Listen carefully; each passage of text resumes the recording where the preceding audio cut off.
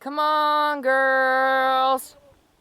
Come on, girls.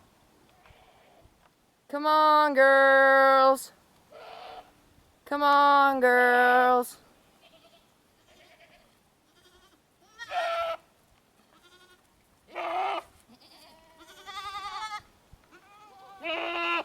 Howdy, folks. Welcome back to the Cole Family Farm. Today I'm going to be giving you a farm tour. Alright, first we're going to be starting here in the goat barn. Everybody's super loud right now because it is feeding time. They're ready for their dinner. So here's the barn. Pretty simple setup. We have 2 stalls that can be separated by this gate here. It can swing closed and separate it into 2 different kidding stalls or just 2 different areas whenever we need it. Works pretty good. We have a gate here into the paddock and the main pasture, and then this gate leads out to a smaller pen that we use for weaning and different things. In here I've got hay feeders, homemade hay feeders in here. It doesn't have any hay in it right now because it is the summer and finally we have rain and they don't need as much hay. So mainly right now they're just getting grain. That's pretty much the setup of it. We've got over here, there's a little bit of hay here and some alfalfa here. I am feeding them a little bit of alfalfa because the girls are still in milk. They're still milking their kids. So it'll be a few more weeks before they're weaned. They're getting pretty big. So in here, these metal green bins are where we keep all of our feed. In this one, I keep my goat feed. I feed 2 different varieties. Sorry, that was probably pretty loud. Let me repeat that. I feed 2 different varieties of feed. This one, they're both from West Feeds. This one is called La Cuesta Milk Goat Feed.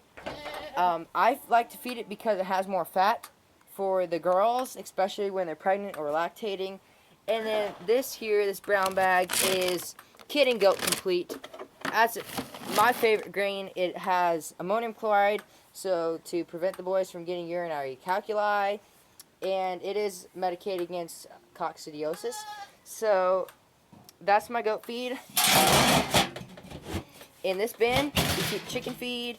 All these are West as well. It's the best dealer around us that we can get. This is their egg maker chicken feed, and this is just their crack corn. We mix it together. It makes a pretty good feed for them. And over here, we just keep extra feed that we have. I've got some feed for the goats if I ever need it. And this is where I keep my minerals. These 2 are Doomer. I don't like to buy Doomer very often. It's more expensive and just not very practical, but I do buy my minerals from them, which is good, and that's been working out for me. This is our electric fence charger. It provides electricity for the pigs and for the buck pen. Both of them need to be electrocuted, especially the bucks, because they do get rambunctious sometimes. And here's the cabinet. I keep any miscellaneous sorts of stuff, any medications I need, fly spray. I keep most of my perishable vaccines and other medications in the house, but that's where I keep anything that I might need out here in the barn. And that's about it for the barn. We'll move on. From we raise registered boar goats, and some of our goats are not registered, but most of them are, and all the babies will be at least 50% registered. So those are the kind of goats we raise. This is a just crossbred doe. She's part Kiko. This one is a full-blood dapple doe. The traditional one walking right over there is full-blood. Those 2 boys are full-blood. So we're always improving our genetics, making better goats. We have show wethers, doelings, and bucklings available in the spring after all the babies are weaned. And so, yep, that's our boar goat herd. I'd come over here and take a look at the boys. This is Heart 1 Hunter's Moon. He's a moonslinger, direct moonslinger grandson. If you don't know who Moonslinger is, he's a pretty famous dapple buck. He set the record for the highest selling dapple buck in the world. I believe it was $53,000 he sold at the auction. Pretty awesome goat, and we're proud of this guy. He's had some great babies, and he has a great future ahead of him. Long-bodied, huge bone. We're excited for this guy. That right there is Hank. He is our Boer Weather, who keeps the buck company because he needs company because he gets kind of crazy. If you house your buck alone with no companions, sometimes it'll make them more aggressive. Right now he's scratching his neck on the fence like a crazy boy. But yep, that's Hank's job. He's a really mellow fellow. He's a good little guy. This is one of the bucklings that Moon has produced for us. His name is C2F Constantine. He's a nice little boy. We're really proud of him. He's our first full dapple we've had on the farm, and he's pretty cool. This is another little buckling we're pretty proud of. C2F Caesar is his name. He's the biggest kid we've ever had on the farm. He's got huge bone, really nice formed rear end, great top on him. This guy is pretty awesome. So I'm gonna come over here to the chicken coop, show you that.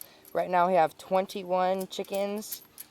That's liable to change if any chickens die or if we get new ones. But over here is our chicken coop. We just built this by ourselves with the intention of making it big and open so that they're not too hot in Texas summer weather. In here we've got their water. We can just pour some food into there for them. We've got a roosting bar and then nesting boxes. 4 all end up here with some fresh hay that we put in there for them. So it's pretty simple. It's really tall. We didn't really need to make it this tall. But we made it nice and open. A lot of this is just hardware cloth that allows a bunch of air in here to keep them cool. So I'm going to take y'all out here. This is the gate that leads from the paddock that we pin them up when we need to out into their main pasture. I'll show you their grain feeders. We've just fashioned these feeders out of PVC pipe with little wooden blocks at the end of them to keep the feed from falling out. And it works pretty well to feed them. We have one here, one over there, and then a couple more down the line here and down there. So it works pretty well to just feed them along the fence line here. It's a good feeding system. Right here is one of our mini pallet houses that we have for them, just fashioned out of pallets and metal for the roof. It works pretty well except in super cold weather, but it keeps the rain off of them. And when it gets really cold, we put them in the main barn with straw to keep them really warm. The boys have the same sort of deal. A little pallet house with a mineral and baking soda feeder in there. I don't know if you can see it from here. That's some mineral baking soda in there. Just some things to allow them to eat when they need it. The boys have this whole paddock to themselves, all in here, all down, all the way to there. They've got a little wooden platform to jump on out there. So they have a good amount of space to run around in as well. This main pasture is about, I'd say 2.5 acres maybe. It's got some pretty good grass for them right now. Last year was a huge drought and it was horrible. We had no grass, so it was all sand. This was all here was all sand, which is not good in the goat world or pretty much any animal, but especially goats. So that's our main setup concerning feed and shelter. Water, we generally, we put these 5-gallon buckets all over the place with water that I fill up every day or every other day, depending on how much they drink out of it. And this is our main water here.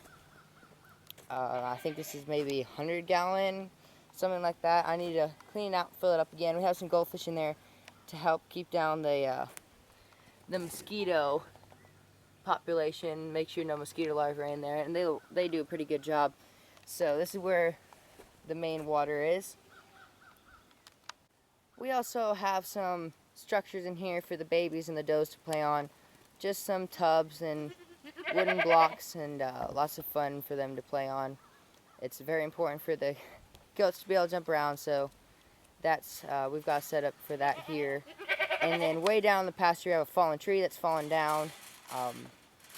They love to jump on that as well. and we have another structure down farther in the pasture. So wherever they are, they have things to jump around on. This is our turkey. She just hangs around everywhere. She was originally going to be for Thanksgiving dinner, but she was too friendly and too nice, and we've just decided to keep her around. She's lots of fun, and she's everybody's favorite bird. If you've ever had turkeys, you'll know how inquisitive they are and just how fun they are to have around. So that pretty much wraps it up here in the goat side of the farm. I'm going to take you out and look at the pigs, look at the quail, look at our movable tractors that we use for our meat birds, and all that good stuff. So let's go. Here are our American guinea hogs. We have 2 of them right now. They live in this electrocuted pen that we move around. This pen over here is another place that we move them to. But right now it's growing a bunch of strawberries and tomatoes, which is pretty cool. We learned after we got pigs that they can be great fertilizers and till up areas, so they make great gardens. So we're keeping them in here for a little bit until we decide to move them again. But they're pretty fun animals to have around, and yeah, they're just so much fun. That right there is the pig water. We just dump it out, clean it out whenever it needs it. It works pretty well, and then we feed them corn and what's called econo creep. It's pretty much like an all stock feed. We keep it in this black bucket. That's econo creep, and whole corn we mix together and give it to them. It's a good ration for the pigs. Here are some of our quail. These are jumbo bob whites. You gotta be careful with quail because sometimes you do need permits to raise them, but we called the game warden and everything, made sure we were legal to have these birds. But they just live in this movable run here that we can just move around to fresh grass. They live here pretty peacefully. They're pretty cool birds to watch. We have another run there and another run down there. All 3 of these have quail in them, but this last one over here has a different kind of quail. It has Texas A&M quail. They're white, and they're a little different, but they're also fun to have. And over here is the turkey's coop. She's in here for the evening. We just put her up. This is a lot bigger, still maneuverable with these tires. We can push the tires down to the ground and hook them on that bolt right down there, and then tow it around with this rope in the front, and it works pretty well. She has a water and feeder in there and a log to be able to roost on at night, because all birds like to roost except quail. So that's all the little runs we have with all the other different birds. Over here is our garden, and I'll show that to you next. So this is the flower portion of our garden. We have some sunflowers growing right here. They're a couple feet tall at this point. Right here we have some tithonia. That's growing pretty well as well. Those get really tall. Over here we have some celosia, I think is what it's called. A few of those growing in here. But that's about it with the flowers. Right here we have a big tithonia bush already. Most of this is grown up. We're about to put the pigs in here to fertilize it again. Over here we have our Charleston Gray watermelons. They grow really well here, and so these guys have been sprouting up like weeds, which is good. Over here we have our red Platonic, I believe that's how you pronounce it, potatoes. You can't see them very well because most of the vines are dead. We are about to harvest them, and hopefully we'll have a good crop because it has been raining really well this year. Last year it did not rain, so we had potatoes about the size of a quarter. It seemed like they were tiny. But anyway, that's the garden. I think I've showed you guys everything.